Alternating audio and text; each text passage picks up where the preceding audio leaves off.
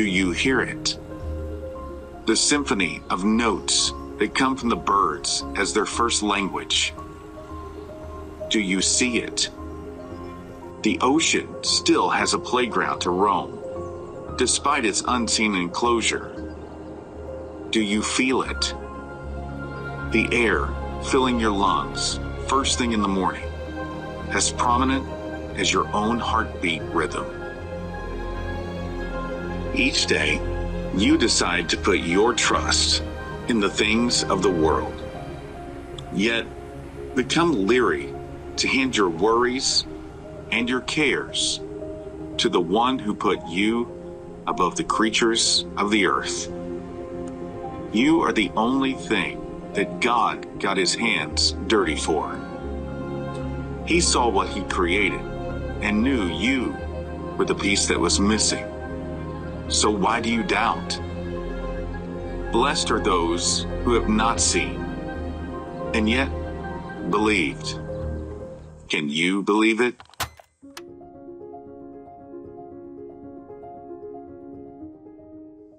Well, I know this week we're in the same series we were last week, even though it feels a little bit different. I walked out in the driveway this morning to get in the truck, and I was like, oh man, I probably should have grabbed a coat.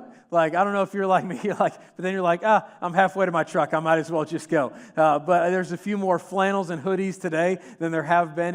And seasons are changing, times are changing. And there is a response that we have to that naturally, but then there's also a response that we have spiritually when things happen. In the same vein of when we walked out today, maybe we grabbed a hoodie, we grabbed a jacket, we put on the flannel, whatever that was, is there was a response to the weather that was outside. Something happened, and then we responded accordingly. In the same way as we've been talking about Thomas and his encounter with Jesus, and it's important for each of us to have that encounter. Our hope for you here at Discover Life Church is three things: is you encounter Christ, you give your life to him, you salvation, and then take those next steps in water baptism. For all of us, that encounter could come on a Sunday morning, could come on a Wednesday night or another night during the week for life groups. Mine meets on a Monday night at my house. We have groups all over, and there's things that happen through the ministry of Discover Life Church that you may encounter God's presence. Now, that doesn't have to happen exclusively. We're not owners of the rights to God's presence. That can happen in any way. You may have encountered Christ in the church that you grew up in as a child, or you encountered Christ through somebody at work who introduced you to the faith. But no matter what, is after that encounter with God came the moment that you had to respond and give your life to Christ.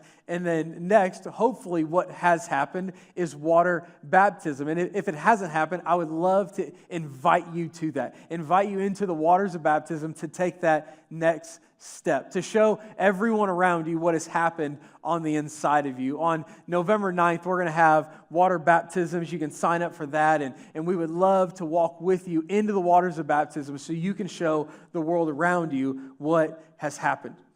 But those three things I mentioned, encountering God's presence, salvation, and baptism, two of those are one-time events. The other one is ongoing. Salvation, that's a one-time event.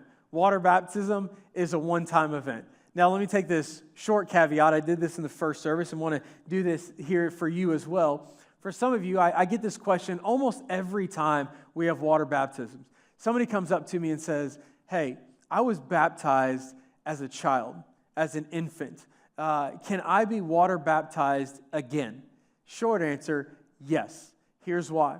We believe that water baptism is an outward expression of an inward decision. There's a moment where you and your mature mind decided, I am going to follow Christ and believe in him, and then I'm going to be water baptized. So if you have not done that, where you say, hey, I haven't been water baptized since I came to saving grace in Jesus Christ, hey, I encourage you, yes, you can do that. But the third thing that I mentioned was the encounter. This happens daily. It can happen. Like Mallory said, it can happen daily. And I encourage you to find those moments where you can encounter God's grace, where you can encounter his presence, because it can happen. every day. Don't just wait for Sunday mornings when we're singing worship songs and there's the preaching of the word, but you can do this by setting the tone at home. Whether it's in your car on the way to work, maybe it's at home and you're just doing the dishes and you say, I'm going to do this as worship unto the Lord. I'm going to turn on some worship music and enjoy this moment, because how many of you like me, with 4 kids running around the house, those moments of quiet and peace in God's presence are few and far between, just because there's so much going on always in the house. But it's important that we find those moments. For me, my moment is almost every day. I say I take my kids to school almost every day, take what we call the big 3 to school. And so I know that after I take them to school, I've got about 13 to 14 minutes from that school line to the front door of this building, where I know I get at least almost 15 minutes in God's presence, where sometimes it's turning on music, sometimes it's just sitting quietly, praying, saying, God, prepare me for my day. God, help me get ready for all the meetings that I'm going to have and decisions that I'm going to make. But no matter what, every time we encounter God's presence and His grace, it demands a response from us. Let's look at what Thomas says here in John 20, verse 28. John 20, verse 28, if you're taking notes, or it's on the screen. And Thomas answered and said to him, my Lord and my God. 5 simple words. My Lord and my God. He had encountered His presence. He had encountered His grace. And he says, my Lord and my God. Every time we encounter something, there must be a response to it. There must be a response. Let's go to science class here for a minute. I don't know what year you graduated high school, maybe a year or 2 for some and 30 years for others. But we all had science class. How many of you would say science was my subject? Hardly anybody. How many of you, math was your subject? That's quite a few. You are not my people. I'm sorry. I did not do great in math, algebra, any of that. And then I'm gonna assume this is a good number of you. How many of you would say PE was my subject? There we go. All right. So everybody look around, those hands raised, those were C students. We're okay with admitting it. We loved PE. But let's go back to science class. For you, I don't know who your science teacher was. For me, it was Miss Wilgus, or who we called Miss Wilguy. Fungi, get it? Science class? Okay. And so Miss Wilgus was our science teacher, and so we loved her, she loved us, and it was a great time. There are a few things that I remember from science class. You know, you had all the dissecting of the animals and all the different things that you grew things in the petri dish and all that. But one of the things we learned about in science class was Newton's laws of motion. Am I jogging some memory for some of you? It's been a few days, but you've slept since then. But there is 3 laws of motion. And the third one, I would argue, is probably the most well-known, was Newton's third law of motion. Is there anybody that says, you know what, science was my thing, and I actually remember that? Does anybody remember what's the third law of motion? There you go, coach. For every action, there is an equal and opposite reaction. For every action, there is an equal and opposite reaction. It's saying when something is done, there must be something done back. I'm telling you, you're going to learn something today. Even if you don't learn anything, you're going to be reminded of the laws of motion. But for whenever something happens, there has to be something that happens back. Let's look, for instance, think about a rocket ship. We've all seen a rocket ship take off, seen it on TV, or maybe for some of us, we vacationed in Florida and they happen to be doing a liftoff at the same time, so you drive over and check it out.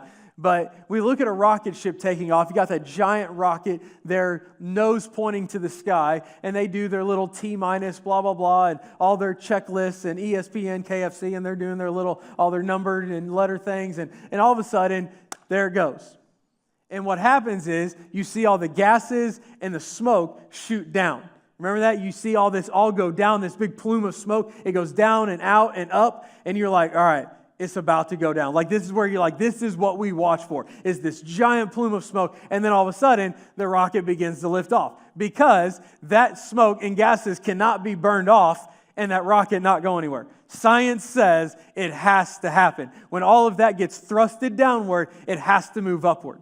Now, in the same vein, For some of us that we've probably all have experienced this. I think everybody has gone bowling at least once in their life. I think bowling was the thing that all of us did in middle school as a field trip, and then if we're adults and gone bowling, it's because we've ran out of everything else to do. And it's like, well, I guess we'll just go bowling. But when we go bowling, you got a bowling ball that weighs, 12, 14 pounds, something like that, and you throw it as hard as you can, and you try and put spin on it and be fun and be cool, and you hit those pins, and you go, man, that reaction wasn't equal because that ball hit the pin, and you know how those pins just fly. I mean, they hit the sidewall, the top, the back. I mean, when that ball hits it, they just catapult all over that little background area.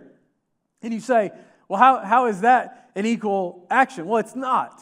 Because hidden in these laws of motion is when that ball hits the pin, that ball, that subject, hitting the subject of the pins, they are going to react with greater demonstrativeness of it because the mass of the ball was greater than the pin. The mass of that ball spinning towards the pin is hitting it, and then that lighter weight pin is going to fly off to the back.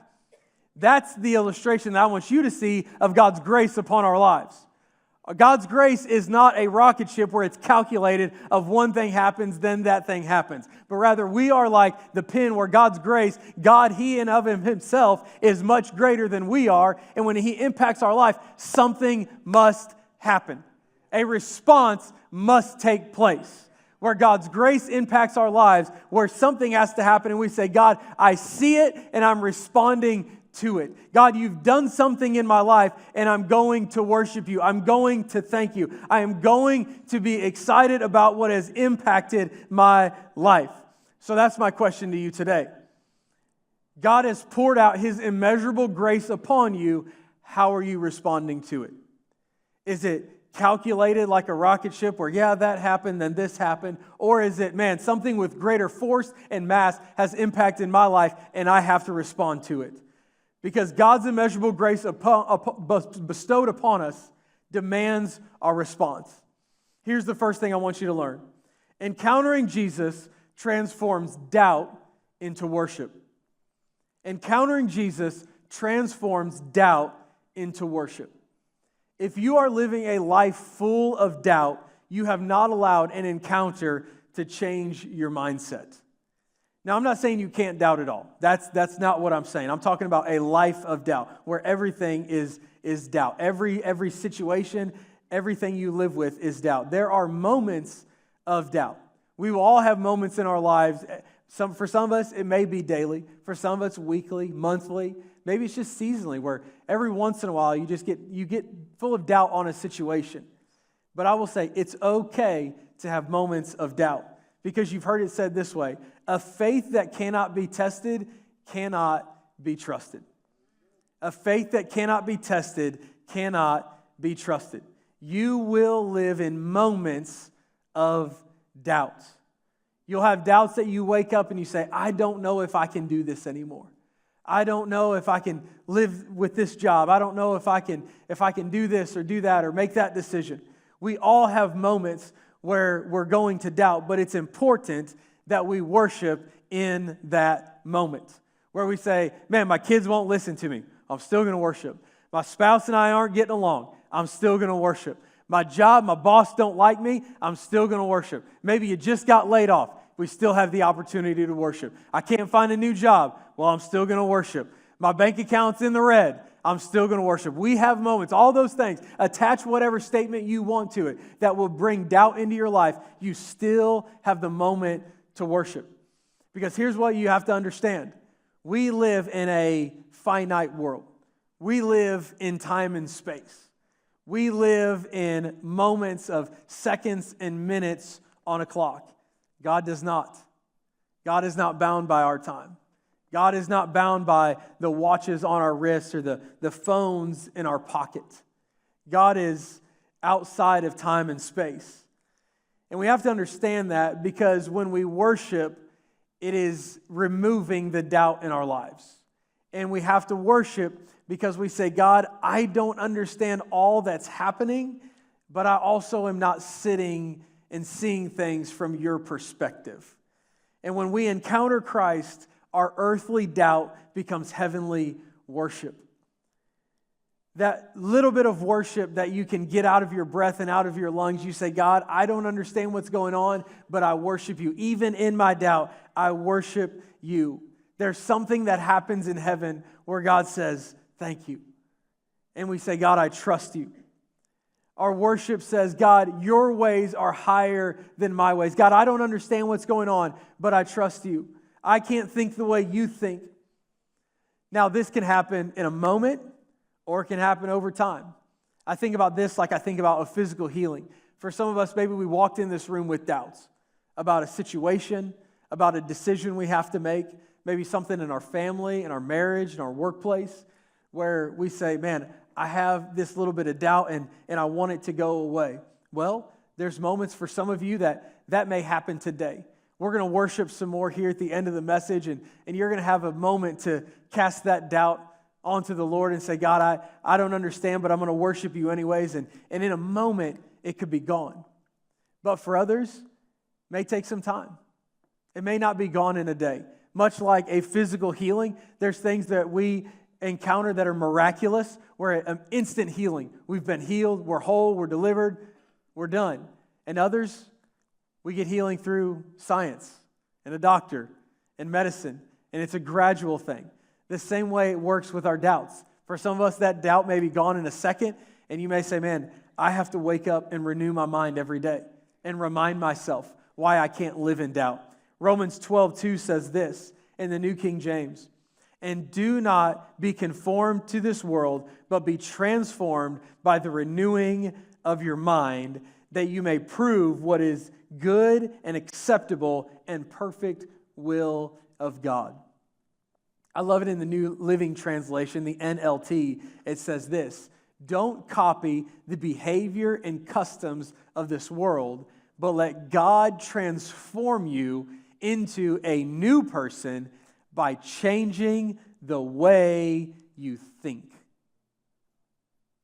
God can get rid of our doubt by changing the way we think. But what it takes is us trusting Him, us leaning in, us worshiping even in our doubt. Because I want to tell you this, follow Him in your doubt. I've met people where they say, man, I just can't follow Christ. I got too many doubts. Maybe you're sitting in this room right now and you're struggling with faith and doubt and wrestling with those two, and you feel like they're opposing forces against each other. No, it's okay. We can still trust God in our doubt, with our doubt. He's okay. He can handle it. I think about buzzwords in my generation like deconstruction and people losing their faith and walking away from the faith. What that is just really doubt that they allowed to overcome the Word of God in their heart, where they said, I'm going to lean more into the doubt than I am to worship and His grace and His salvation. There's an author that says it this way, that says, if you can't beat the fear, do it scared. And I think about that and I go, maybe I can do something, I'm just going to have to do it with doubt. What does it look like to worship Him with doubt? To say, God, I don't understand all that's going on, but I trust you. I don't understand what's happening, but I'm going to worship. This grace that's impacted my life, I'm still going to respond to it and worship and sing and pray and lift my hands and respond accordingly to what you're doing in my life. Even though I'm doubtful, I'm going to do it anyways. You say, David, are you telling me to blindly follow Christ? Not at all. Because faith is not blind. Faith has substance to it. Faith grabs a hold of something. Hebrews 11:1 says this, it's on the screen. Now faith is the substance of things hoped for, the evidence of things not seen. What I'm saying is doubt can deepen when surrendered to Christ. Doubt can deepen your faith when surrendered to Christ. I said it earlier, a faith that cannot be tested cannot be trusted. When we do something in a season of doubt, we can come out with better perspective and better fortitude towards something than when we went in. You've heard the old adage, a smooth sea never made a skillful sailor. A smooth sea never made a skillful sailor.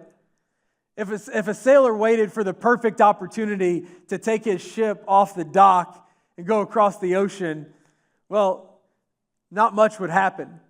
But instead, a sailor says, I know where this ship is headed. I know my abilities. I know the team of people that I'm surrounded with. Let's go for it. And let's see what happens. And that's what I implore of you today. You may not have the whole thing figured out. You may not have your walk with Christ fully polished and perfect. But if you've got enough to just move forward, even in your doubt, respond to His grace. Worship in those moments. Say, God, I don't know who holds the future, or I don't know what the future holds, but I know who holds the future. There are moments we don't know what is up ahead, but we know who's in charge. We know who's holding our future. Now, here's the kicker with all of this. I can't make you do this. I can't do this for you. This is your own decision. You have to decide to worship in your doubt. I can't make you show up every Sunday morning. I can't make you enter into the presence of God during worship.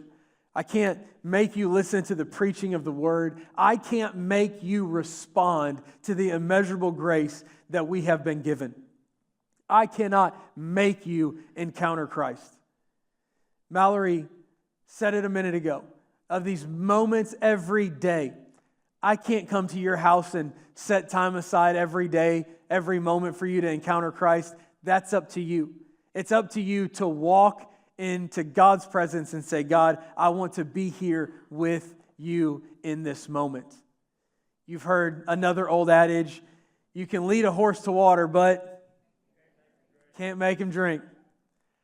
Jonathan, the team, and Anya, and these incredible band, and the people that bring the word every Sunday here across all our locations, we do our best to help you encounter the presence of God, but we can't make you drink.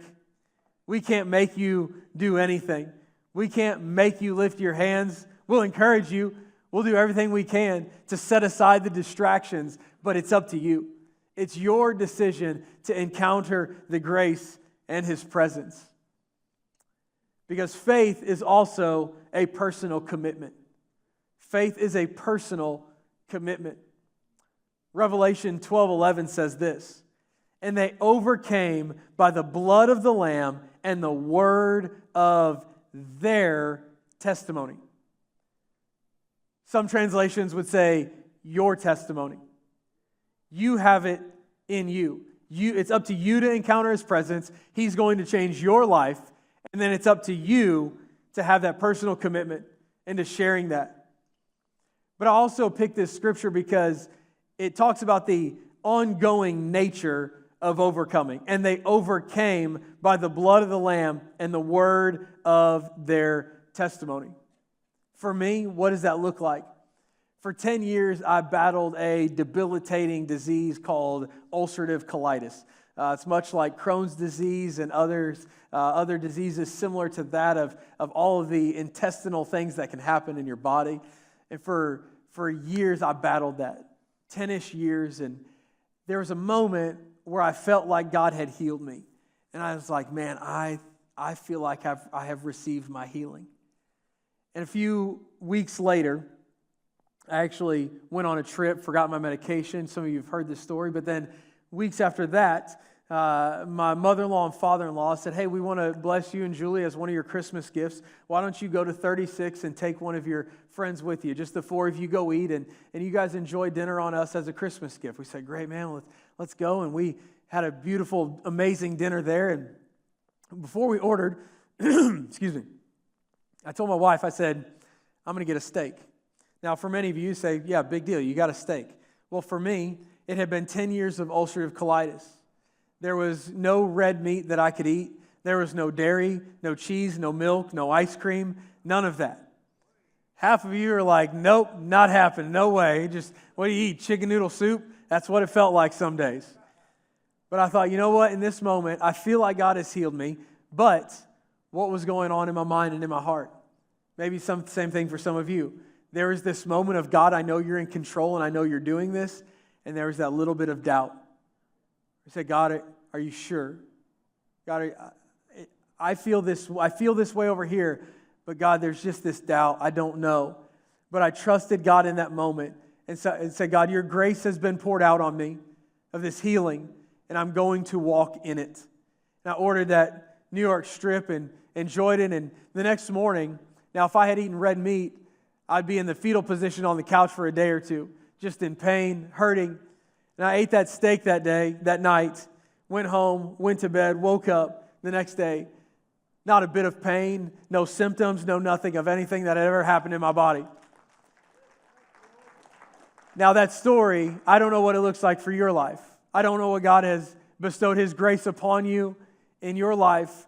But there's that moment of, I overcome by the blood of the Lamb and the word of my testimony. So it wasn't just in that moment that I was healed, but my story continues.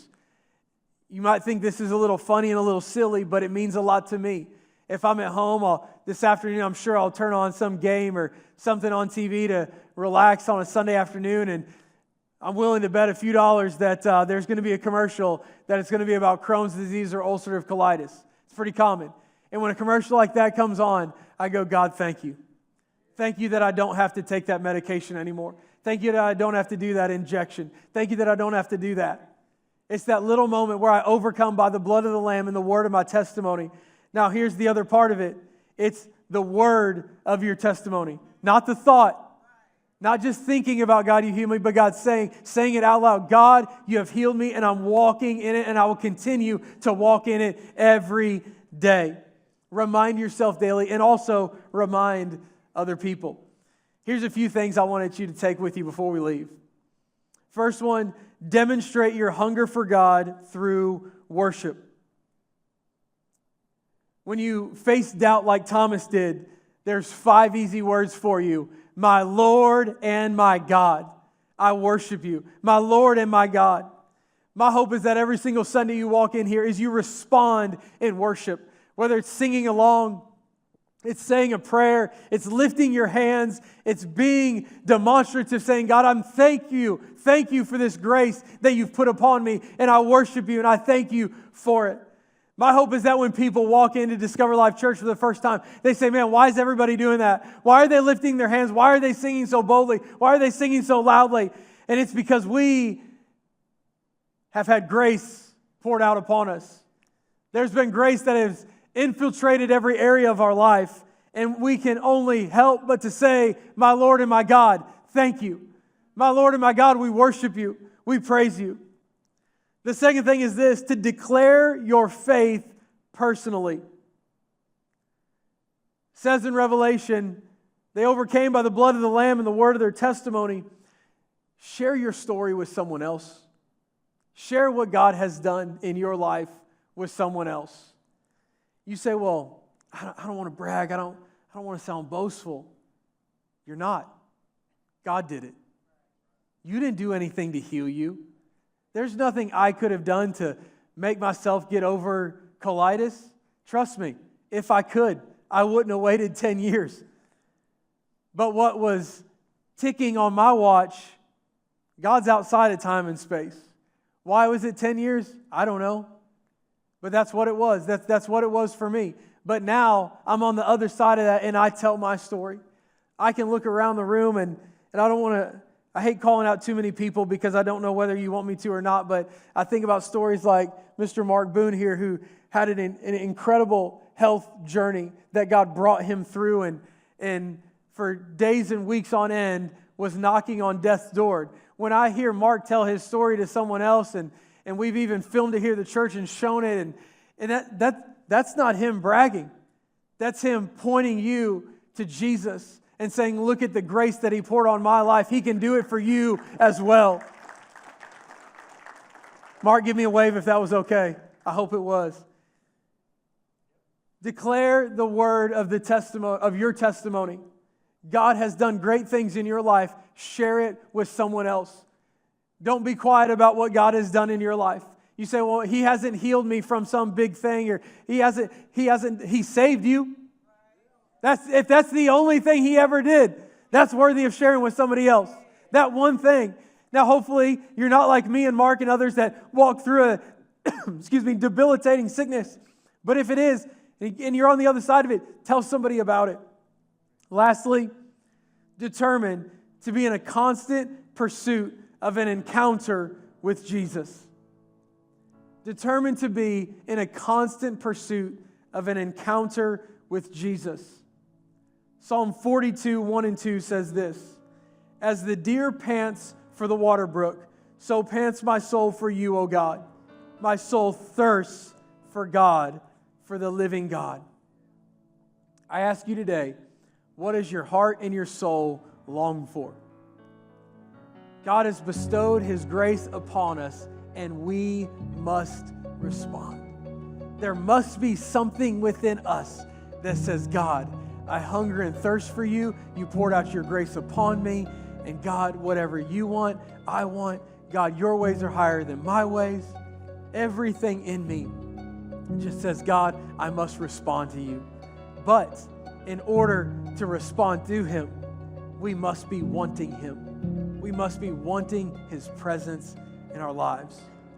Thank you so much for joining us. If you liked this message and you'd like to hear more from the series, you can click right here.